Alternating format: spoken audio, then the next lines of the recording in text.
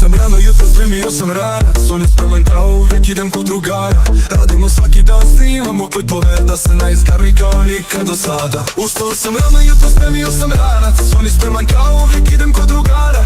U tom semafon ne zvoni, to je moja stara. Hajde sine, kući spremna ti je hrana. Ale mama, ja sam gladan, al sam gladan zubova mojih pravih drugova. Pola miliona se nagrli kao nikada. Da smo jaki, svi su znali od početka igranja. Sad još jači uz pola miliona drugova. Imali problema kak imali problema.